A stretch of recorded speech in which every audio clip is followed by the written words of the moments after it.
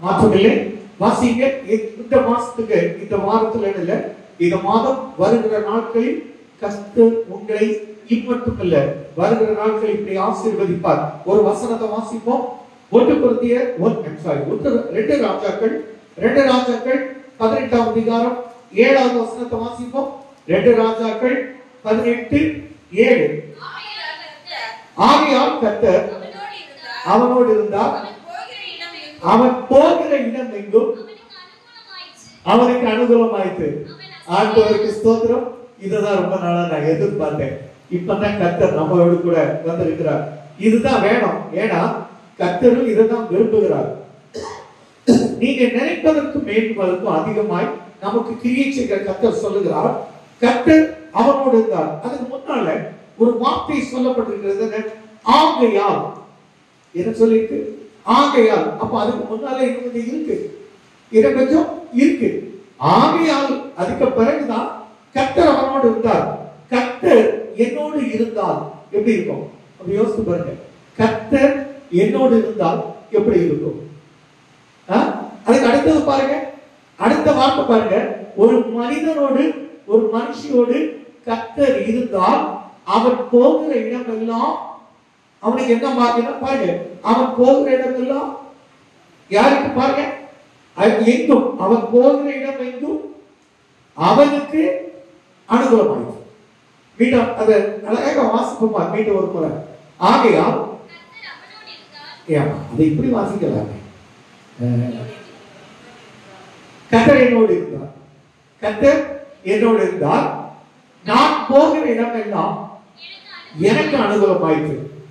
நான் சொன்னது புரியல? மீண்டும் ஒரு முறை. இதை 3வது முறை நம்ம அதை அப்படியே ஒரு தடவை 2 தடவை 3 தடவை சொல்லும் போது அது நமக்கு சொந்தமாயிரும். அதனால ஆகையால் சொல்லுவோம். ஆகையால் கர்த்தர் என்னோடு இருந்தார், நான் போகிற இடம் எங்கும் எனக்கு அனுகூலமாயிற்று. இப்போ யோசிச்சு பாருங்க, ஒரு மனிதனுக்கு எதுலெல்லாம் அனுகூலமாகணும். நான் எனக்கு இந்த செய்தியை கடந்த வாரத்துல தரும்போது லாஸ்ட் நாள் ஜெபத்துல முடிக்கிற அன்னைக்கு தான் அந்த செய்தியை கிடைத்தது. சாதாரண எனக்கு ஒரு கேரக்டர்னா இன்னைக்கு முடியுது, நாளையில இருந்து உடனே மத்தியானத்துக்கு மேல ஆண்டவரே இந்த வாரம் அடுத்தது நான் என்ன செய்யணும், எனக்கு சொல்லுங்கன்னு கேட்டுட்டே இருப்பேன். திடீர்னு இந்த வசனத்தை அப்படியே வந்து கொண்டு நடத்துறாருன்னா ஒரு குடும்பம் கிட்டத்தட்ட பல தோல்விகளை சந்தித்துக் கொண்டிருக்கிறத நான் பார்க்கிறேன். அவருடைய காரியங்கள் அனுகூலமாகல, கிட்ட வரும் நெட் மூமெண்ட்ல மாறிடும். அந்த குடும்பத்துக்காக நான் ஜெபிக்கும் போது கர்த்தர் இந்த வார்த்தையை கொடுத்தார். அந்த நான் சொல்றேன், அது அந்த குடும்பத்துக்கு மட்டுமல்ல, வார்த்தை பொதுவானது, வார்த்தை கொடுப்பது கர்த்தர், அதை பயன்படுத்திக் கொள்ள வேண்டியது யாரு? நம்ம. சரி, இப்ப பாருங்க, எதெல்லாம் அனுகூலம் ஆயிற்று?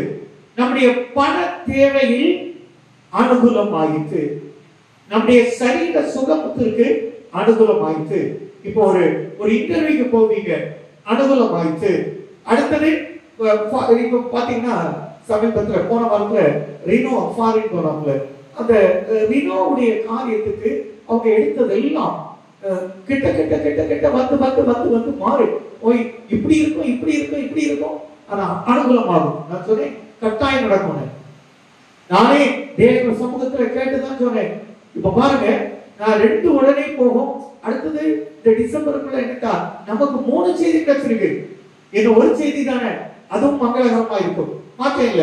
முன் வச்ச கால பின்னால வைக்கவே கூடாது. ஏன்னா கர்த்தர் நல்லா புரிஞ்சுடுங்க, நம்மை நஷ்டப்படுத்துகிற கர்த்தர் அல்ல. அப்ப அந்த ஒரு காரியம் தான் அனுகூலமாக ஆகும். நான் கர்த்தர் மேல வைத்த நம்பிக்கை. முன்னால பார்ப்போம், அதுக்கு முன்னால பாருங்க, அதுக்கு காரணம் சொல்றார். இத கீழே வாசித்துருவோம். அந்த பகுதியை பாருங்க. அவன் அசீரியா ராஜாவை சேவிக்காமல் அவன் அதிகாரத்தை தள்ளிவிட்டான். நான் சொல்றேன், சிலரை தள்ளணும், சிலரை ஏற்றுக்கொள்ளக்கூடாது. இதே எசேக்கியா இதே அசீரியா ராஜாவுக்கு கப்பம் கட்டியிருக்கான். கப்பம் கட்டும் போது நல்லா புரிஞ்சுக்கிடுங்க, நீ மனுஷனுக்கு பயந்தீங்கன்னா மொத்தம் உறிஞ்சிருமா. இதே அழகா இருக்கும் பாருங்க. இதே அதிகாரம் 13ஆம் வசனத்தை வாசிங்க. யூதாவின் ராஜாவாகிய எசேக்கியாவின் 14ஆம் வருஷத்திலே அசீரியா ராஜாவாகிய சனகெரிப் யூதாவில் அரணான சகல பட்டணங்களுக்கு விரோதமாய் வந்து அவைகளை பிடித்தான்.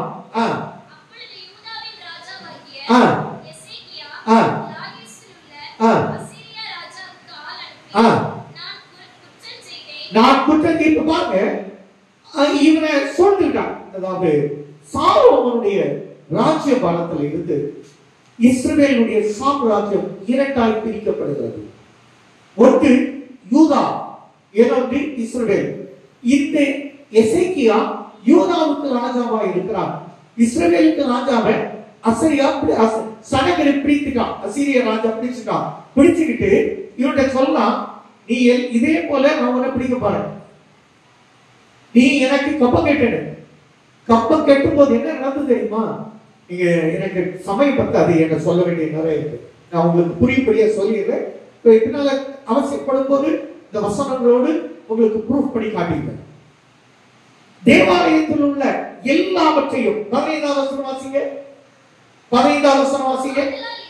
ஆதலால் எசேக்கியா கர்த்தரின் ஆலயத்திலும் ராஜாவுடைய அரண்மனை பொக்கிஷங்களிலும் ஆகப்பட்ட வெள்ளியை எல்லாம் கொடுத்துட்டான். முதல்ல பொண்ணை கொடுத்தான், அப்புறமா வெள்ளியை கொடுத்தான், அப்புறமா எல்லாம்.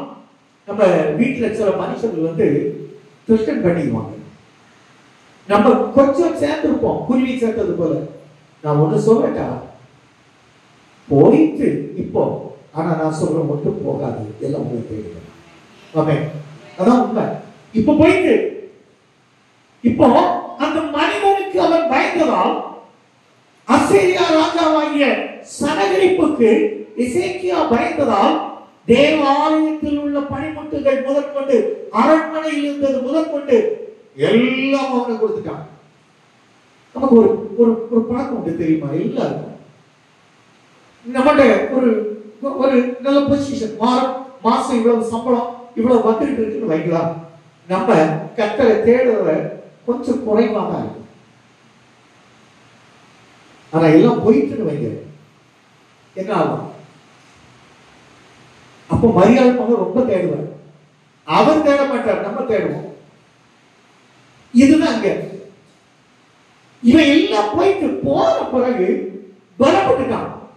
போடா பண்ண அங்கட்டி கழுத்துக்கு போல சொல்லுவாங்கல்ல, ஜானன முக்கியாது இல்ல, ஜானன நீ பிடிச்சா பிடினா போல, நான் கத்தரை பாத்துக்குவேன். இனி நான் யாரை பாத்துக்குவேன்? கத்தரை. இந்த ஒரு மருத்துவமனைக்கு நம்ம போகும்போது நம்ம கையில ஒரு சில லட்சங்கள் இருக்குன்னு வைங்க.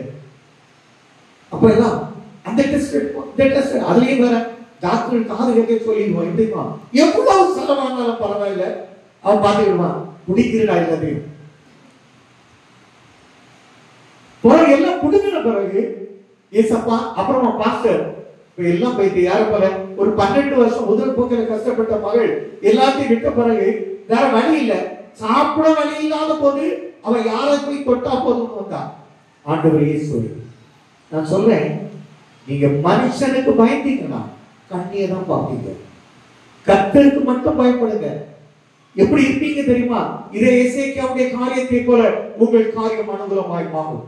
ஆமென். நான் நிச்சயமா சொல்றேன், உங்கள் காரியம், நீ உங்க பிள்ளைகளுக்கு மேரேஜ் பாக்குறீங்க, நான் தான் பாக்குறேனே, நான் சொல்றேன், கட்டாயம் உங்களுடைய பிள்ளைகளுடைய காரியம் இந்த மாசம் இந்த வருடத்துல கர்த்தர் உங்களுக்கான காரியத்தை செய்வார் என்று தேவனுடைய நாமத்துல சொல்றேன். அல்லேலூயா.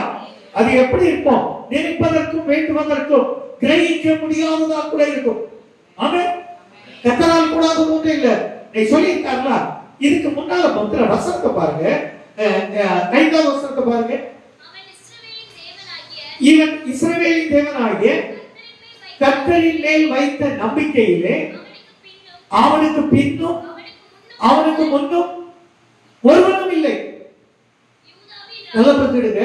இஸ்ரவேலின் தேவனாகிய கர்த்தர் மேல வைத்த நம்பிக்கையில நான் நினைச்சுக்கிட்டேன், நான் தான் நல்ல ஸ்ட்ராங்கா இருக்கிறேன். இது விட்டு இருந்திருக்கா யார்? இசைக்கு என்ன விட வேலை. இது உண்மைங்க. நான் வைராக்கியமா கர்த்தரே நம்பி இருக்கிறேன். இங்க பார்த்தா என்னை விட இன்னொருத்தர் இருக்கிறாரு. ஏன் இப்ப இவரை விட நான் முன்னுக்கு போனோம். அதான் எனக்கு தீர்மானமே. அப்படி நினைக்கிறோம். சாலமோனை போல ஒருத்தர் ஞானவான் இல்லைன்னு வேதம் இருக்கு. ஆனா தானியேல வாங்க, அவருடைய ஞானத்தை விட விசேஷித்த ஞானத்தை விட தானியேலை கொண்டு வந்தார். அந்த காலத்துல அந்த நாட்கள்ல சாலமோனை போல ஞானமுள்ள ஒருத்தனை இல்லை. ஆனா எசேக்கியாவின் காலத்துல இவனை போல கர்த்தர் மேல் வைத்த நம்பிக்கை உள்ள மனுஷன் முன்னுக்கு இல்ல பின்னுக்கு இல்ல. ஆனா நம்ம நினைப்போம், யார் நினைப்போம்? தாவீது நினைப்போம் இல்ல. இப்போ கணக்கு பாத்தீங்கன்னா தாவீதுடைய 13வது சந்ததியாக வர்றான், ராஜாவாக வர்றான். தாவீதின் சந்ததி தான், தாவீதின் சந்ததி தான். ஆனா நம்பிக்கை எப்படி? தேவன் மேல் வைத்த நம்பிக்கை கொஞ்சம் கூட பிசுறு கூட மாறாமல் அவ்வளவு அழகா ஸ்ட்ராங்கா இருக்கான்.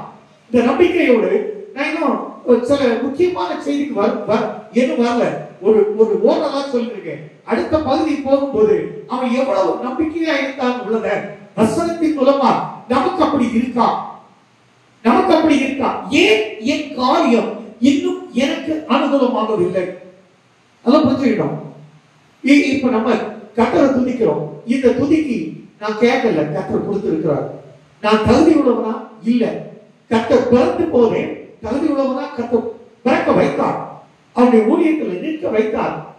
ஆனா இது கர்த்தருடைய சித்தம். இதை புரிஞ்சுக்கிட்டு இங்க அழகா சொல்லியிருக்கா பாருங்க. நம்பிக்கையிலே அவரை போல ஒருத்தனை இல்ல.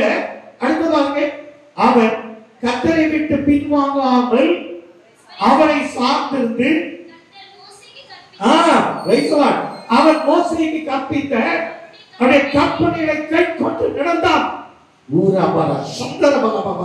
நான் சொல்றேன், நீ தேவனுடைய வார்த்தையை கேட்டு தேவனுடைய வசனத்தின்படி நீ நடக்கிற மகனாக நீ இருந்தால் நிச்சயமா சொல்ல உன் காரியத்தை கர்த்தர் அனுகூலமாக மாற்றி தருவார். அவன் மாற்றவில்லை. உங்க காரியத்தை கர்த்தர் அனுகூலமாய் மாற்றுவார். எந்த காரியம் அதை நீங்க தான் பார்த்துட்டு. உங்க காரியம் உங்களுக்கு தெரியும், போதகராய் எனக்கு தெரியும், போதகராய் எனக்கு தெரியும், கொஞ்சம் தெரியும். நான் கர்த்தருடைய சமூகத்துல ஒரு மாசமா சொன்னதுனால எனக்கு கொஞ்சம் ஒரு அட்வான்ஸா வச்சிருக்கேன். அழகாக சொல்லியிருக்க பாருங்க. மோசே கற்பித்த நியாயப்பிரமாணத்தை அவன் கை கொண்டான், அதன்படி நடந்தான். ஒரே ஒரு கேள்வி, போன வாரத்துல கடந்த 7 நாள்ல ஒரு 7 அதிகாரம் வாசித்தவங்க ஒரு பிரைஸ் பாருங்க. நிறைய நம்ம காரியம் ஏன் அப்படி ஒரு கொஸ்டின் மார்க் போடுங்க. ஏன் காரியம் நடக்கல? நம்ம பாருங்க, நமக்கு கொஞ்சம் ஃபெடப் ஆயிட்டோம், கொஞ்ச நேரம் அப்படியே ஆயிடுச்சுன்னா, இப்ப எல்லாம் பாத்தீங்கன்னா மொபைல் எடுத்தா உடனே அந்த ஸ்டேட்டஸ்ல அந்த ஒரு நிமிஷம் 2 நிமிஷம் ஒரு ஷார்ட் இருக்கும். அதுதான் நிறைய பேர். நானும் நிறைய பஸ்ல போச்சுல பாக்குறேன், போத்தீஸ்ல போக பாக்குறேன், ரிலையன்ஸ் போக பாக்குறேன். எல்லாரும் ஒரு செகண்ட் வந்துன்னா அதுலதான் போகுது. எனக்கு ஒரு நோய் இருக்கு தெரியுமா? இந்த டெய்லி காலையில அதுக்கு ஏற்ற வசனங்களை, அந்த வசனங்கள் யாரெல்லாம் பிரசங்கத்தை சொல்லிட்டு வராங்களோ அதை எடுத்து வைக்கணும், அதை எடுத்து வைக்கணும், ஸ்டோர் பண்ணி வச்சிருக்கேன். பேங்கிங்ல வச்சது போல அடுத்த நாள் போட்டாதான் ஆண்டவர் பாத்தீங்கன்னா ஒரு 10 பேர் லைக் போட்டா, ஆண்டவரே 10 பேரோடு பேசியிருக்கிறீங்க, அதுல வேற 10 பேர்ல ஒரு 5 பேர் இதை எனக்கு அனுப்புங்க சொல்லும் போது என்ன ஒரு பூஸ்ட். நான் சொல்றேன், கர்த்தரோடு இருந்தால் என் காரியம் அனுகூலமாகும். நல்லா புரிஞ்சுடுங்க. நீங்க என்ன பண்றீங்க? நிறைய பேர் நம்ம வசனம் அனுப்புறோம், வசனத்தை முழுமையாய் வாசித்து அனுப்புறோமான்னு கேட்டா இல்ல. முதல்ல இந்த வசனத்தை பார்த்துட்டோம், அதான் ஏன் பார்த்து முடிஞ்சுட்டு உன் பார்த்து முடியல, நீ இன்னும் தொடங்கவே இல்லை. இவனை பாருங்க, இவன் கர்த்தர் மேல் வைத்த நம்பிக்கை. மோசே ஒரு காரியத்தை அவர் கொண்டு வந்து வைக்கிறார், இவன் டிமாண்ட் பண்ண பாருங்க. அதான் மனுஷன். இந்த வசனத்தை வாசிப்போம். முதல் வசனம் யாருடைய பாருங்க. ஆகாஸ் என்னும் இஸ்ரவேல் ராஜாவாகிய 1ஆம் வசனம். இஸ்ரவேல் ராஜாவாகிய ஏலாமின் குமாரன் உசேயாவின் 3ஆம் வருஷத்திலே ஆகாஷின் யூதாவுடைய ராஜாவாகிய குமாரனாகிய எசேக்கியா ராஜாவானான். 25 வயதுல அவன் ராஜாவாயினான். எத்தனை வயசுல? 25 வயசுல அவன் ராஜாவானான். அடுத்தது அவன் 29 வருஷம் அரசாண்டு இருக்கான். அவன் அம்மா பேரு ஆபி. இதுதான் பாருங்க, தகப்பனாகிய தாவீது செய்தபடி எல்லாம் கர்த்தரின் பார்வைக்கு செம்மையானது. இவங்க அப்பா தெரியல, அவங்க அப்பா அப்படி இல்லை. நீங்க முந்தின தேவத்துல பார்த்தீங்கன்னா அவங்க அப்பா அப்படி இல்லை. ஆனா இவன் கர்த்தரின் பார்வைக்கு செம்மையானதை செய்தான். எவ்வளவு அழகான வார்த்தை. நான் சொல்றேன், நான் எப்பவுமே இந்த ஊழியத்தை தொடங்கின தாயை நினைத்து பார்க்கிறேன். இந்த ஆலை கட்டப்பட்ட சூழ்நிலையை நினைத்து பார்க்கிறேன். இதுல காமெடி போடுற ஒரு மனுஷன் திடீர்னு வந்தார், பட்டண முடிந்தது. அதை நினைத்து பார்க்கிறேன். நான் சொல்றேன், இப்போ எங்க அம்மா எப்படி இருந்தாங்களோ அதை விட மேலாக தேவனுடைய காரியத்தை இருக்கணுங்கிறதுல வைராக்கியமா இருக்கிறேன். அல்லேலூயா. நான் சொல்றேன், அப்படி இருங்கிறேன். செய்ய வேண்டியது இருக்கு சில காரியங்கள். சில இப்போ நீங்க உங்களுக்கு தெரியும், நமக்கு மோசே இஸ்ரவேல் ஜனங்கள் பாம்பு கடித்த உடனே மோசே என்ன செய்தார்? அடுத்த வசனம் போட்ட 4வது வசனம் போட்டு அவன் மேடைகளை அழைத்தி நல்லா புரிஞ்சுடுங்க. முதல்ல மோசே இஸ்ரவேல் ஜனங்களை கொண்டு வரும்போது, நீங்கள் எல்லாரும் விக்கிரகத்துக்கு விலகி இருந்தால், நீ கர்த்தரோடு இருந்தால் அவர் உன்னோடு இருப்பார், நீ விக்கிரகங்களை சேவித்தால் உன்னை கைவிடுவேன் சொன்ன கர்த்தர் இப்ப எப்படி இருக்காங்க? மேடைகள் வைத்து, சிலைகள் வைத்து, விக்கிரக கோப்புகளை வைத்து அவங்க வணங்கிட்டு இருந்தாங்க. இப்போ இசைக்கு என்ன செய்யறது தெரியுமா? ஒரு மனிதனாக பாருங்க, வாசிங்க. விக்கிரக கோப்புகளை வெட்டி மோசே பண்ணியிருந்த வெண்கல சர்ப்பத்தை உடைத்து போட்டான். அதுக்கு பேர் என்ன தெரியுமா? அதிலே கடைசியில் இருக்கு பாருங்க.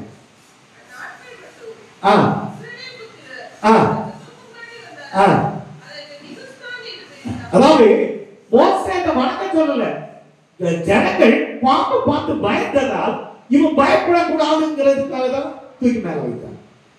அவனை கடவுளாக்கிட்டான். இது என்னது? இது என்ன? இது கடவுளா? இது என்னது? போறவர்களே நிறைய செய்யறாங்க. இரவு சிலுவைக்கு முன்னால வந்து நின்று பாவரிக்க பண்ணணும் பாவணும் இல்லைங்க. நான் சொல்றேன், இதுக்கு ஒரு வித்தியாசம் இல்லை. நமக்கு ஒரு நினைப்பூட்டுதல். என் இயேசு சிலுவையை பார்க்கும் போது எனக்காக அவர் இதில் சிலுவையில ரத்தம் சொட்ட சொட்ட அவர் தொங்கி என் பாவத்தை மன்னித்தார் என்ற ஒரு விசுவாசம் வருவதற்கு சிம்பல். ஆமென். ஒண்ணு உலகத்தானுக்கு நான் ஒரு கிறிஸ்தவன் என்ற ஒரு சிம்பல், அவ்வளவுதான். ஆனால் நீ கிறிஸ்துவை பின்பற்றுகிறவராக இருந்தால் இந்த மேடைகளை எல்லாம் செய்யணும், அகற்றணும். அவன் அகற்றான் பாருங்க. ஒருத்தர் எப்போ எங்க மோசேக்கு பிறகு எத்தனாவது சந்ததிகள் இவங்க எல்லாரும் அந்த பாம்புக்கு அந்த சர்ப்பத்துக்கு நிகிஸ்தான் பேர் போட்டு அதுக்கு தூபம் காட்டி அதுக்கு படைகள் வைத்து வந்த உடனே 25 வயதுல முதல் வேலை அவ்வளவு அடிச்சு உடச்சுனான். ஆமென். அல்லேலூயா. கர்த்தருக்கு பார்த்தார். ஆமென். எனக்கு ஒருத்தன் கிடைச்சாங்க. எப்படி? எனக்கு ஒருத்தன் கர்த்தர் என்ன நினைச்சார்? எனக்கு ஒருத்தன் கிடைச்சான், அவனை எடுத்து பயன்படுத்திடுவோம். நான் சொல்றேன், இதுதான் நீங்க போகிற இடமெல்லாம் உங்களுக்கு அனுகூலமாக மாறினா சில காரியங்களை அப்படி தூர போடுங்க. தூர போடுங்க. அசீரியாவை தூக்கி அசீரியா ராஜா சாயலிப்பு அவன் எப்ப கப்ப கட்ட மாட்டேன்னு முடிவெடுத்தானோ கர்த்தர் அவனோடு வந்தான். அல்லேலூயா. அதே போல சில நம்ம ஃபார்மாலிட்டிஸ் சில மனிதர்களுக்கான சொல்றேன். இப்போ எனக்கெல்லாம் நான் எத்தனை 2-3 இடத்துல கேட்டேன். இப்ப கூட உங்கள்கிட்ட கேட்கணும், அப்படிதான் கேட்கணும். நம்ம எல்லாம் சரஸ்வதி பூஜை வரும் அலுவலகத்தில் ஒர்க் பண்ணுவோம். நான் மறந்தே கேட்டேன், என்ன செய்வீங்க? உங்களை கொண்டு முன்ன விட்டுருக்கு, அதுக்கு ஏமா அந்த தட்டை எடுத்துட்டு வா, அந்த என்ன இது கற்பூரத்தை கொளுத்தி கொண்டு வா அப்படின்னு சொன்னா மாட்டேன்னு சொல்லுவீங்களா? இல்ல என்ன செய்வீங்க? மாட்டேன் கேட்டேன், லீவ் போட்டு வாங்கிடுவோம். அந்த நாளுக்கு எப்படா வரும்? முன்னக்கே வேலையெல்லாம் செய்து அந்த நாள் லீவ் எனக்கு. நான் சொல்றேன், நீ இப்படி இருந்தேன்னா உன் காரியம் அனுகூலமா மாறும். மாற்றம் இல்லை. நம்ம போய் செய்ய வேண்டியதை நாம் செய்யணுமான்னு கேட்டா செய்யணும். இரண்டாவது, இந்த காரியங்கள் இருந்ததால் அவனுடைய காரியங்கள் யாவும் கர்த்தர் அவன் கூட இருந்து அவன் கூட டிராவல் பண்ணி டிவைன் ஃபேவர். நான் உனக்கு வாட்ஸ்அப்ல ஒரு இது கொடுத்தேன் பாரு, கர்த்தர் அவனோடு இருந்தால் அவன் யாவும் அனுகூலம் ஆயிட்டு. அதை பாரு, அது இங்கிலீஷ்ல இருக்கும். அதுல போட்டேன்னா அதுக்கு என்ன போட்டு தெரியுமா? அவன் டிவைன் ஃபேவர், தெய்வீக அனுகிரகம் எசேக்கியாவில் இருந்ததால் அவன் காரியம் எல்லாம் அனுகூலமாயிற்று. நான் சொல்றேன், உங்களுக்கு இந்த தெய்வீக அனுகிரகம் வேண்டுமானால் நான் சொல்றேன், டெய்லி 1 மணி நேரம் ஜெபிங்க. முடியாதுன்னு மட்டும் நினைக்காதுங்க, முடியும், முடியும், கட்டாயம் முடியும். நம்ம இதை செய்தா போதும். டெய்லி 1 hour குடும்ப ஜெபம் பண்ணுங்க. குடும்ப ஜெபம் பண்ணாத குடும்பம் கட்டாயம் பண்ணுங்க. ஒரு ஃபேமிலிக்கு நான் ஒரு புக்கெல்லாம் வாங்கி கொடுத்து குடும்ப ஜெபத்தை பண்ண வச்சுட்டேன். குடும்ப ஜெபத்தை விட்டுட்டு போராட்டத்துக்கு மேல போராட்டம். நான் சொல்றேன், குடும்ப ஜெபம் தான் உங்கள் குடும்பத்தை காரியத்தை அனுகூலமாக மாற்ற கற்றுக்கும். அல்லேலூயா. சரி, இப்ப பாருங்க, இவ்வளவு செய்த, இவ்வளவு வைராக்கியமாய் செய்த, இவ்வளவு ரெஃபர்மேஷன் செய்த, இவ்வளவு அந்த அந்த கீழே இருக்க அந்த 2 வருஷம் இருக்கு பாரு, அதை கீழே அதை அப்டேட் பண்ண பெருசாக்குமா. இப்போ இதை பாருங்க, அதில் போட்டிருக்கோம். ஆங்கிலத்தில் அழகாக போட்டிருக்கு பாருங்க. மேலே போட்டுருக்கோம், இதுக்கு மேலே, அதுக்கு மேலே லாஸ்ட் அந்த இன்டர்நேஷனல் வெர்ஷன் அமெரிக்கன் போலும். And the Lord was with him wherever he went. Proposed, அதெல்லாம் நடந்தா. எங்க போய் அவன் ப்ரப்போஸ் பண்ணா கூட அதெல்லாம் நடந்திருக்கு. அது முந்தின வருஷம் போடு, அதுல அமெரிக்கனுக்கு முன்னால மேல மேல மேல கொஞ்சம் கீழே கொண்டு. நான் சொல்றேன், இந்த வெர்ஷன்ஸ் எல்லாம் ஏன் அப்படின்னு சொன்னா எடுத்தேன்னா நீங்க புரியணும். ஒவ்வொன்றுக்கும் இங்கிலீஷ்ல தனித்தனியா வச்சிருக்கு. டிவைன் கரெக்ட், அந்த தமிழ் இருக்கட்டுனா அது வேற ஒரு பகுதிக்கு வரும், எனக்கு தேவை. நான் சொல்றேன், உங்களுக்கு தெய்வீக அருள் உங்களை ஆட்கொள்ள வேண்டுமானால் உங்கள் கைகளில் இருக்க சில கரை படிந்ததை தூக்கி தூர போடுங்க. கர்த்தருக்குள்ள வாங்க. உங்க காரியத்தை கர்த்தர் அனுகூலமாக்கி உங்களை செழிக்க செய்கிற கர்த்தர். ஆமென். கரங்களை தட்டி கர்த்தரை வணங்குவோம். இன்னும் டைம் போயிட்டு பரவாயில்ல, ஏன்னா ஒரு பகுதியை பார்ப்போம். அதுல 20ஆம் வசனத்துக்கு வாங்க. ஏன்னா இந்த தலைப்பு ஒன்று வச்சிருக்கேன். வேலை வந்தது, அற்புதமும் அடையாளத்திற்கான வேலை வந்து அனுகூலமாக்கிட்டு. அப்போ இந்த அற்புதமும் அடையாளமும் என்ன பார்க்க போறோம்? வாசிங்க. இல்ல, 2 ராஜாக்கள் 20 1ஆம் வசனம் வாசிங்க. வியாதிப்பட்டு மரணத்துக்கு ஏதுவான ஏசாயா தீர்க்கதரிசி அவரிடத்தில் வந்து அவனை நோக்கி, நீர் உமது வீட்டு காரியத்தை ஒழுங்குபடுத்தும், நீர் பிழைக்க மாட்டீர், மரித்து போவீர்கள். இப்படி வாங்க, நான் உங்ககிட்ட ஒரு கதை கேட்கணும். இன்னைக்கு நான் காலையில உங்க வீட்டுக்கு வந்து, நாளை காலையில ஆண்டவர் சொன்னார், உங்க வீட்டு காரியத்தை எல்லாம் செப்பரேட் பண்ணிங்க, உங்களை பேக் பண்ணிருக்க, உங்களை கர்த்தர் கூப்பிடுகிறான். வேலை வந்துட்டு சொன்னா எங்க பாஸ்டருக்கு ஏதோ ஆயிடுச்சு. என் மருமக என்ன சொல்லுவது தெரியுமா? என்னங்களே உங்களுக்கு இருக்காரா இப்ப திடீர்னு சொல்லி இருக்கு, அழகா சொல்லி இருக்கு. ஆனா அதுக்கு அடுத்தால ஒண்ணு இருக்கு, அதான் நம்ம செய்தா போறோம். அடுத்த வசனத்தை வாசிங்க. அப்பொழுது எசேக்கியா சுவர்புறமாய் திரும்பி கர்த்தரை நோக்கி. இப்போ நம்ம எல்லாம் நீங்க எனக்கு ஒரு பெரிய இந்த 21 நாள் சபத்துல நான் பார்த்தது, கடைசி ஒரு 3 நாள் உட்காரவே முடியாது.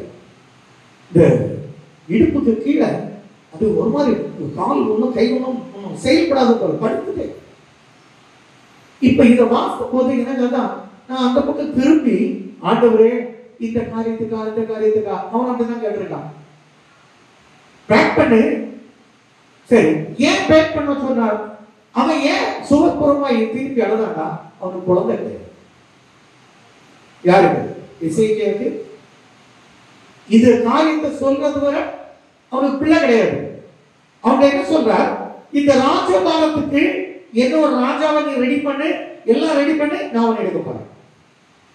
நீங்க என்ன வந்து கர்த்தர் நான் உன்னை எடுக்க போறேன், எதியா இப்பவே கொண்டுட்டு போயிருக்கேன். அப்போ அதெல்லாம் அவர் பார்த்துக்குவார். அவருக்கு தெரியும் என்னை விட அவர் அழகா செய்வார். பிள்ளைகள் அதெல்லாம் ஏங்க, நான் என் பிள்ளைகளை கல்யாணம் பண்ணி வைக்கிறத விட அவர் செய்தா அது எப்படி இருக்கும் பத்தி யோசிச்சு பாருங்க. நான் அப்படி போயிடுவேன். ஆனா இவனுக்கு ஒரு காரியத்தை சொல்ற பாருங்க. 3வது வசனம் வாசிங்க. கர்த்தாவே, நான் உமக்கு முன்பாக உண்மையும் மன உத்தமமாய் நடந்து. நல்லா புரிஞ்சுடுங்க. முதல்ல உண்மை, மன உத்தமம். ஏன் ஆலயம்? கர்த்தர் எனக்கு கொடுத்த ஆலயம். இதுல தேவனுடைய அனுக்கிரகங்கள் நிறைய இருக்கு. எனக்கு இந்த ஆலயத்தை பார்க்கும் போதெல்லாம் 4 ஜன்னல் இல்ல, 1 2 3 4 இங்க இருக்காங்க. இந்த அக்கா இருக்காங்க. தக்கா கேட்டா தெரியும். அவ்வளவு ஜன்னலையும் பிசாசு விளக்கு போட்டிருக்காங்க. நாகமக்கா சரிதானே? பார்த்திருக்கீங்க இல்ல? அவ்வளவு ஜன்னலும், அவ்வளவு அற்புதம். எத்தனை கேன்சர், எத்தனை புத்திர பாக்கியங்கள், எத்தனை எல்லாமே இந்த ஆலயத்தில் நடந்ததே. அப்ப நான் அந்த உண்மையை பார்க்கணும். இங்க சொல்ற மன உத்தமமும் உண்மையுமாய். நான் சொன்னேன், உங்களுடைய உண்மை, உங்களுடைய உத்தமம் உங்களுடைய காரியத்தை அனுகூலமாக்கி தரும். மாற்றமே இல்லை.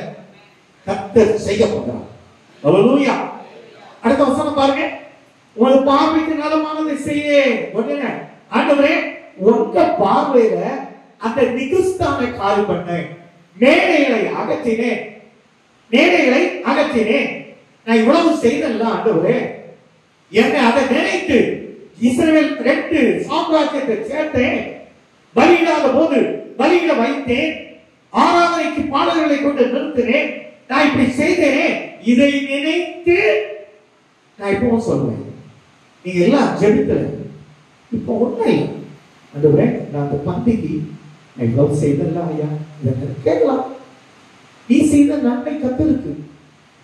நான் அந்த பொருளை நான் கர்த்தருடைய ஆலயத்துக்கு கொடுத்தேன், அதை நினைச்சு எனக்கு இறக்க நான் கேட்டிருக்காங்க. அவர் செய்த நன்மைகள் நீங்க கேட்க மாட்டீங்க. கேளுங்க. நீ கர்த்தருக்கு 1 ரூபாய் கொடுத்தா கூட, ஆண்டவரே நான் மன உண்மையா உமக்கு செய்தேனே, கேட்கலாமே. கேளுங்க. அதான் அவர் கேட்டார். அவர் கேட்ட உடனே பாருங்க, 4வது வசனம் வாசிங்க. அப்படி விண்ணப்பம் பண்ணி ஏசாயா மிகவும் அழுதான். நமக்கு அழுகை எப்போ வரும் தெரியுமா? அழுகை எப்போ வரும்? வெங்காயம் வெட்டிக்கிட்டே இருந்தார், நல்லா வரும். அதான் வெங்காயம் வெட்டிக்கிட்டே இருந்தா லதான சொல்லும். அப்படியெல்லாம் இல்லை, அது வெட்டி பழகினவங்களுக்கு வராது. சரி விடுங்க. வீட்டுக்காரர் வெளியே போடி அப்படின்னு சொன்னா பாரம்பரியா வரும் இல்ல? இதை விட ஒரு இன்கிரிமெண்ட் உங்களுக்கு ஸ்டாப் பண்ணி வச்சிருக்க எவ்வளவு வேலை வரும் தெரியுமா? நம்ம வேலை பார்த்துட்டு இருக்கிற இடத்துல திடீர்னு டிரான்ஸ்ஃபர் பண்ணிட்டா வேலை வருமா வராதா? பாதிக்கப்பட்ட இருக்கு வருமா? நான் சொல்றேன், இன்னைக்கு இந்த ஆபீஸ், நாளைக்கு அந்த ஆபீஸ், நமக்கு வேற வழி இல்லாம விசிட் அடிச்சு வாழ்ந்து போல. நான் சொல்றேன், நீ கத்தத்தை கேட்டா நீ கேட்பதை கத்தப்படுவா. அவன் மாத்திரம் இல்ல, அதான் கேட்க சொல்ல. சரி, 4வது வருஷத்துக்கு வருவோம். இசைய பாதி முத்தத்தை விட்டு அப்புறம் போகிறதுக்கு முன்னே கர்த்தருடைய வார்த்தை அவனுக்கு உண்டாகி அவர் சொன்னது. இப்ப என்ன சொல்றாரு பாரு. அவர் சொன்னாரு, நீ போய் என் ஜனத்தின் அதிபதி ஏசாயாவை நோக்கி உன் விண்ணப்பத்தை கேட்டேன், உன் கண்ணீரை கண்டேன். நான் சொல்றேன், நீங்க அழுகிற உங்க அழுகையை கர்த்தர் கேட்டு இருக்கிறார். விசுவாசிக்கிறவங்க எல்லாம் கரங்களை கரத்தட்டி கதறெடுத்துக்க. உங்க அழுகை கேட்டார், உங்க கண்ணீரை பார்த்தார், உங்களை குணமாக்குகிற கர்த்தர், உங்க பலவீனத்தை மாற்றுகிற கர்த்தர், உங்க பிரச்சனையில உங்க விடுவிக்கிற கர்த்தர். நீ எதுக்காக வந்தாயோ அந்த காரியத்தை கர்த்தர் உனக்கு கொடுக்கும்படி உன்னை கிருபையாக இருக்கிறார். ஹல்லேலூயா. விசுவாசிங்க, கர்த்தர் என் ஜெபத்தை கேட்டார், என் கண்ணீரை கண்டார், நான் நினைத்ததை கர்த்தர் செய்திருந்தார். அவன் என்ன கேட்டான்? ஆண்டவரே, ஒரு சொர்க்கத்தை தருவதா, எனக்கு ஒரு புத்திரத்தை தாங்க கேட்கல. நல்லா புரிஞ்சுடுங்க. 15 வருடத்தை கூட்டி கொடுத்த கர்த்தர் 12 வயதுல அவனுக்கு ராஜகுமாரத்தை கொடுத்துக்கிட்ட கர்த்தர் அவனை எடுத்தாரே. அதுக்கு பிறகுதான் புத்திர பாக்கியத்தை கொடுத்தார். ராஜகுமாரத்தை நிலைநிற்கணும். தாவீது சொன்ன வார்த்தையை நிறைவேற்றினா புத்திர பாக்கியம் கொடுக்கணும். அவன் பலப்பட்டான். நல்ல புரிஞ்சுடுங்க. ரொம்ப எக்ஸலண்ட் ஆனது. சரி, அடுத்த 5வது வசனம் வாசிங்க. 6 இல்ல 5ல கடைசி பகுதி பாருங்க. கடைசி அதான் முக்கியம். 3ஆம் நாளிலே நீ கர்த்தருடைய ஆலயத்துக்கு போவாய். எப்படி? அப்போ அவருடைய வார்த்தை என்ன தெரியுமா? கர்த்தருடைய ஆலயம், கர்த்தருடைய ஆலயம். ஆண்டவரே, நான் முடங்கி போனேன், எனக்கு நோய் வந்து முடங்கிட்டு, நான் கர்த்தருடைய ஆலயத்துக்கு போனோம், கர்த்தருடைய ஆலயத்துக்கு போனோம். இந்த தாகம் யாருக்கிட்ட இருக்கோ நான் சொல்றேன், உன் சந்ததியை கர்த்தர் உன்னதத்தில் வைத்து அழகு பார்க்க அவர் சித்தமா இருக்கிறார். கரங்களை தட்டி கத்துப்படுத்துங்க. நான் சொல்ற உண்மைங்க. ஞாயிற்றுக்கிழமை ஓய்வு நாள், நான் கர்த்தருடைய ஆலயத்துக்கு போனோம், ஃபாஸ்டிங் பிரேயர், சும்மா இருக்கிறேன், ஆலயத்துக்கு போனோம். இந்த தரிசனம் உனக்குள்ளே வருமானால் உன் சந்ததி பூமியின் உயர்ந்த இடத்துல ஏறி இருக்கப்படுகிற கர்த்தர். இதுதானே ஏசாயால சொல்லி இருக்கிறார். ஓய்வு நாளை பரிசுத்தமாய் ஆசரிக்க நினைப்பாயாக, பூமியின் உயர்ந்த இடத்துல உன்னை ஏறி இருக்க பண்ணுவேன். இதை கர்த்தருடைய வாய், நானும் சொல்ல கர்த்தருடைய வாய் தான் சொல்லியிருக்கேன். ஆமென். ஹல்லேலூயா. சரி, அடுத்த வசனத்துக்கு வாங்க. நாட்களை பயந்து விசுத்த கூட்டுவேன். இங்க என்ன ஒரு சிக்கல். இப்போ கப்ப கட்ட மாட்டேன்ட்டான். அவன் என்ன செய்தான் தெரியுமா? அசிங்கமா யூத பாஷையில நிந்திக்கிறான். டைம் இல்லாதனால சுருக்கமா போறேன். எனக்கு ஒரு 5 minutes தான் உண்டு. அதனால அந்த 5 நிமிஷத்துல ஒரு சில காரியங்கள் ஒன்னு டைம் இல்ல பாக்கட்டா. அது 40 நிமிஷம் கிட்டத்தட்ட 80 தாண்டி போயிட்டு நான் போட்டு அதோ கேளுங்க. இந்த ஒரு கதையை கேட்டுடுங்க. அவன் ஏன் அப்படின்னா, இவன் வந்து அடைப்பட்டான், அடைச்சு வச்சிட்டான். இஸ்ரவேலை ஜெயித்து வந்து யூதாவை அணை கட்டி வச்சிட்டான். இந்த இப்படி ஒரு சம்பவம் வந்தால் என் ஜனங்களுக்கு தண்ணீர் கொடுப்பதற்காக எசேக்கியா ரொம்ப ஞானமாக ஒரு அணை கட்டினான். கீழே 533 மீட்டர் நீளத்துல அப்படியே கட்டி இங்க கொண்டு வந்துட்டான். அந்த 1800 சொல்ற ஆண்டுல ஒரு மனுஷன் அந்த கேர்னல அந்த வாய்க்கால கண்டுபிடிச்சான். யாருக்குமே கிடையாது. எப்படி சாலமோன் பலி செலுத்தும் போது ஆடுகளை கழுவுவதற்கு மனிதர்களால் முடியாது, லட்சக்கணக்கான ஆடு பலியிடணும். அப்போ பலி நேரம் தொடங்கும் போது தண்ணீரானது அவ்வளவு ஃபோர்ஸா ஆலயத்தின் வலதுபுறத்துல வரும். அதுதான் எசேக்கியேல் 48ல சொல்லியிருப்பார். பரிசுத்த ஸ்தலத்துக்கு அடியிலோடி வந்து அப்படி முன்னால போயிடும். இத இவன் சாலமோனுக்கு பிறகு இவன் என்னோட கட்டான். அதான் சொல்றான், ஆண்டவரே இதை நினைத்து பாரு. இப்ப டைட்டப் பண்ணிட்டான். ஆனா தண்ணி வாழ்ந்து அவனுக்கு தெரியாது. சனகரிப்புக்கு எங்கோடி தண்ணி வருது தெரியாது. பாருங்க, ஒரு 28வது வசனம் வாசிங்க. 28வது வசனம் வாசிங்க. 2 ராஜாக்கள் 19:28. நீ எனக்கு விரோதமாய் கொந்தளித்து வீரிய பேசினது நல்லா புரிஞ்சுடுங்க. உங்களுக்கு விரோதமாய் ஒருத்தர் பேசி வீரிய பேசி சவால் விட்டது கர்த்தருடைய காதுல கேட்டுச்சு. ஆமென். எனக்கு விரோதமாய் சவால் விட்டதை கர்த்தர் கேட்டிருக்கிறார். என்ன நடக்க தெரியுமா? அடுத்த தொடர்ந்து வாசிங்க. நான் என் துரட்டை சனகரிப்புக்கு மூக்கிலும் இதை பார்க்க உங்களுக்கு எப்படி தோணுது? யோசிச்சு பாருங்க. மூக்குக்குள்ள கடிவாளத்தை போட்டு வாயில கடிவாளத்தை போட்டு மூக்குக்குள்ள கொரட்டை போட்டார். இந்த மூக்க நான் கயிற போட்டு இழுத்தது போற வாடா, நான் உனக்காக அந்த சரகரிப்புக்கு மூக்குக்குள்ள மூக்காங்கயிற விட்டு நான் இழுத்துட்டு வரேன். வீடு உன்னை இப்படி பேசினானா கர்த்தர் வைராக்கியமாயிருக்கிறார். எரேமியால சொல்லுவார், எபிராயிம் என் மகன் அல்லவா, அவனுக்கு விரோதமாய் பேசுறது என் உள்ளம் கொதிக்கிறது. நான் சொல்றேன், நீ கர்த்தருடைய நாமத்தை வைராக்கியமாய் பின்பற்றுகிறது உண்மை என்றால் உனக்கு விரோதமாய் ஒருத்தர் பேசினால் அவர் வைராக்கியமாய் செயல்படுவார். ஆமென், ஹல்லேலூயா. பாருங்க, இவனுக்கு வந்த வழியே திரும்பி போவான், வந்த வழியே திரும்பி போவான் சொல்லிக்கிட்டு எவ்வளவு நல்ல கர்த்தர். 35வது வசனம் வாசிங்க. 35வது வசனம். அன்று ராத்திரியிலே சம்பவிப்பது என்னவென்றால் கர்த்தருடன் புறப்பட்டு சங்கரித்தான். ஒரு தூதன் 1,85,000 பேர். அதனால்தான் இயேசு சொன்னார் சிலுவையில, நான் என் பிதாவை நோக்கி வேண்டிக் கொண்டால் 12 லேகியோனுக்கு அதிகமான தூதனை அனுப்ப மாட்டாரா? நல்ல புரிஞ்சுடுங்க. ஒரு லேகியோன் 6,000 பேர், 12 லேகியோன் அப்ப கணக்கு பாருங்க, 72,000 பேர். இந்த 72 into 1,85,000 தான். என் இயேசுக்கு எவ்வளவு பாதுகாப்பா இருந்தால் அவருக்கு பிள்ளைய நீ நானும் உனக்கு எனக்கும் எவ்வளவு பாதுகாப்பு இருக்கு. எனக்காக ஒரு தூதனை என்ன அவர் 9 தூதனை அனுப்புவார். ஒருத்தரை அசைக்க முடியாது. ஹல்லேலூயா. 29ல ஒரு சம்பவம் இருக்கு. அடையாளத்தை சொல்வார்.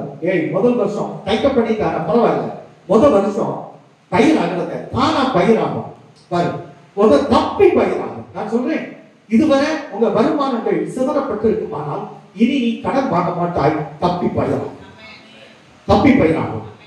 ஒரு வருஷம் நீ தொடர்ந்து கர்த்தரோடு போராடு, 2வது வருஷம் தானாவாய். 2வது வருஷம் அந்த 29ல 2வது வருஷத்திலே தானாய் விளைகிறதை சாப்பிடுவீர்கள். நீங்க சும்மா இருந்து கர்த்தரை துதித்தா போதுங்க, 2வது வருஷம் தானாய் விளையும். 3வது வருஷம் வேலை செய்து வேலைத்து ஆரத்து நீ பெரிய சீமானாய் மாறிக்கிறார். இதான் கர்த்தர். இந்த 3வது வருஷத்துக்கு போகும்போது நீ வருவோம் 27 வாசிங்க. 27 வாசிங்க. பின்பு ஏசாயா அத்திப்பழத்து அடையை கொண்டு வாருங்கள், கொண்டு வந்து பிளவையின்றை பட்டு போட்டு அவன் பிழைத்தான். அதுக்கு அவன் கேட்கிறது, நீங்க சொன்னது சரியில்லை. 3வது நாள் எப்படி நான் ஆலயத்துக்கு போவேன், எது வச்சு? இப்ப அவனுக்கு கொஞ்சம் நம்பிக்கை போச்சு. இது சொன்னது ஏசாயா தீர்க்கதரிசி, அவன் எடுத்துக்க போறேன். இப்பதான் சொல்ற பாருங்க, 9வது வசனம் பாருங்க. அதற்கு ஏசாயா கர்த்தர் சொன்ன வார்த்தையின்படி செய்வார் என்பதற்கு அடையாளமாகும். சாயை 10 பாகை முன்னிட்டு போகணுமா பின்னிட்டு போகணும். இது சொன்னது ஏசாயா, கர்த்தர் சொல்லல. இது ஏசாயா சொன்னதை கர்த்தர் உடனே நிறைவேற்றினார். சாயை 10 பாகை பின்னிட்டு போக அடையாளமாகி வைத்தார். உனக்காக ஒரு சூரியனை 10 பாகை 12 மணி நேரம் பின்னுக்கு போக வைக்க என் தேவனால் முடியும். ஒரு யோசுவா பகல் முழுவதும் சூரியன் தரித்து நிற்க செய்தாரானால் உங்களுக்காக எனக்காக ஆண்டவர் அடையாளத்தோடு அது அற்புதத்தை ஏசாயா மூலமாக எசேக்கியாவுக்கு செய்த கர்த்தர் உனக்கும் செய்வார். ஹல்லேலூயா. உங்களுக்கு செய்ய வல்லவர். அந்த அடையாளத்தை கேளுங்க, கர்த்தர் உங்களுக்கு ஒரு ஷைன் கொடுப்பார். ஆண்டவரே, நான் புருஷனுடைய காரியத்தில் எத்தனை வாழ்க்கை தோல்வியை சந்தித்தேன், எனக்கு ஒரு அடையாளம். நான் கேட்டேன், எனக்கு அந்த அடையாளத்தை தந்தாரு கர்த்தர், செய்த கர்த்தர். எல்லாரும் எழுந்திருப்போம், எல்லாரும் எழுந்திருப்போம். நம்ம டைம் முடிச்சு போச்சு. ஆண்டவர் சித்தமான இதே போல அடுத்த வாரத்துல ஆமா எல்லாரும் எழுந்திருப்போம். ஞாபகம், எல்லாரும் எழுந்திருப்போம். அப்படியே நீங்க எழுதி வைக்கும் போது அந்த சேர்ஸ் எல்லாம் மாத்திடுங்க. கொஞ்சம் அப்படி நினைத்து பார்க்கணும், ஆண்டவரே நான் நமக்கு முன்பாக உண்மையாக இருந்தேன், உத்தமமா இருந்தேன், ஓய்வு நாளை சரியாய் ஆசரித்தேன், எசேக்கியாவுக்காக ஒரு தூதனை அனுப்பி 1,85,000 சத்துருக்களை அழிக்கிறேன். அவன் பயந்த போது எல்லாத்தையும் கொடுத்தான். எல்லாத்தையும் வாங்கினவனுக்கு மூக்குக்குள்ள அப்படி குரங்க விட்டு இழுத்த கர்த்தர் அவங்க ஒழுங்கா கொண்டு கொடுங்க. அதுக்கு பிறகு எனக்கு நான் சொல்லலப்பா, இனி ஒரு பாட்டு இருக்கு, பார்ட் பி. அது என்னன்னு தெரியல. ஆண்டவர் இப்படிப்பட்ட வேலை வந்ததப்பா. இந்த சபையில் என்ன எழுதி சத்தியத்தை கேட்க பிள்ளைகளுடைய வேலை வந்தது. அவர்களுக்கான அற்புதத்திற்கான வேலை வந்தது. இவர்களுக்கான அதிசயத்துக்கான வேலை வந்தது. அடையாளத்தோடு அற்புதம் செய்கிற வேலை வந்ததப்பா. நாங்க விசுவாசிக்கிறோம். கேளுங்க, ஆண்டவரே எனக்கு வேலை வந்ததப்பா. நான் விசுவாசிக்கிறேன், எனக்கான வேலை வந்தது. நிச்சயமா எப்படி எசேக்கியாவுக்கு ஒரு அற்புதத்தை செய்தீரோ, அடையாளத்தோடு செய்தீரோ, அப்படி ஒரு அற்புதத்தை எனக்கும் அடையாளத்தோடு செய்து ஆண்டவரை உயர்த்துங்க. அப்படி கேட்டு பாருங்க, கர்த்தர் செய்வார்.